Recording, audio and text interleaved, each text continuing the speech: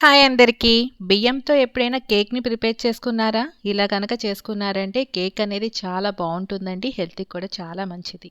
ముందుగా దీనికోసం ఒక కప్ దాకా బియ్యాన్ని ఒక మిక్సింగ్ బౌల్‌లోకి వేసుకొని, 1కి 2 సార్లు శుభ్రంగా కడిగేసుకొని, ఈ బియ్యాన్ని మనం 2 గంటల పాటు నానబెట్టేసుకోవాలి.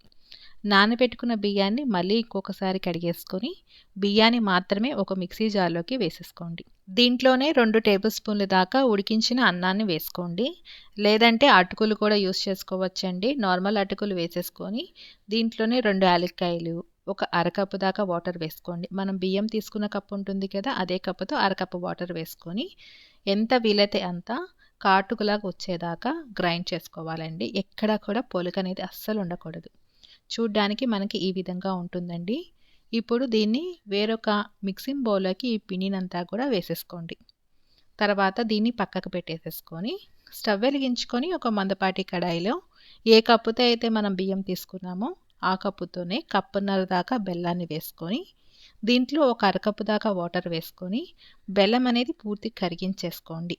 బెల్లం కరిగేలోపు మనం ఈ పిండిలో పావు టేబుల్ స్పూన్ బేకింగ్ సోడా, పావు టేబుల్ స్పూన్ దాకా బేకింగ్ పౌడర్ వేసుకోండి. బేకింగ్ పౌడర్ లేకపోతే బేకింగ్ సోడాని ఒక అర టేబుల్ స్పూన్ దాకా వేసుకుంటే సరిపోతుంది. ఈ మిశ్రమాన్నంతా కూడా బాగా మిక్స్ చేసేసుకొని, తర్వాత కరిగించుకున్న బెల్లాన్ని చూడండి, దీన్ని ఎమ్మటే మనం ఇలా టీ స్ట్రెయినర్ పెట్టేసుకొని, బెల్లం పాకం మొత్తం కూడాను మనం పిండిలోకి ట్రాన్స్ఫర్ చేసుకోవాలి.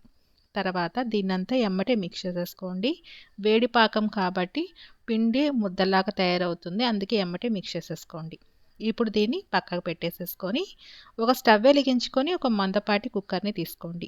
దీంట్లో ఒక 2 టేబుల్ స్పూన్‌ల దాకా నెయ్యిని వేసుకోండి. దీంట్లోనే జీడిపప్పు పలుకుల్ని ఒక 10 దాకా తీసుకొని వేసుకోండి. ఒకవేళ జీడిపప్పులకు బదులుగా మనం సన్నగా తరిగి పెట్టుకున్న ఈ ఎండు కొబ్బరి ముక్కలు కూడా యూజ్ చేసుకోవచ్చు. జీడిపప్పు ముక్కలు ఫ్రై అయిపోయాక హై ఫ్లేమ్‌లో పెట్టేసుకొని పిండినంతా కూడా వేసేసుకోండి.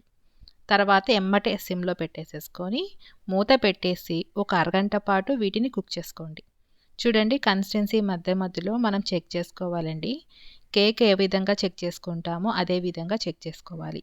మధ్యలో ఎక్కడా కూడా పిండి లేకుండా ఉంటే కరెక్ట్ కన్సిస్టెన్సీ అండి. ఇప్పుడు స్టవ్ అనేది ఆఫ్ చేసేసుకొని పూర్తిగా చల్లారిపోయాక చుట్టూ అంచంతా కూడా స్క్రాప్ చేసేసుకొని డీమోల్డ్ చేసేసుకోండి. అంతే, ఎంతో టేస్టీగా ఉండే మనం బియ్యపు పిండితో చేసుకునే కేక్ అనేది రెడీ అయిపోతుందండి. టేస్ట్ అయితే చాలా చాలా బావుంటుంది. పిల్లలు ఎప్పుడైనా ఈవినింగ్ టైంలో స్నాక్స్ అడిగితే ఈ విధంగా ఒకసారి చేసి పెట్టండి. చాలా ఇష్టంగా తింటారు.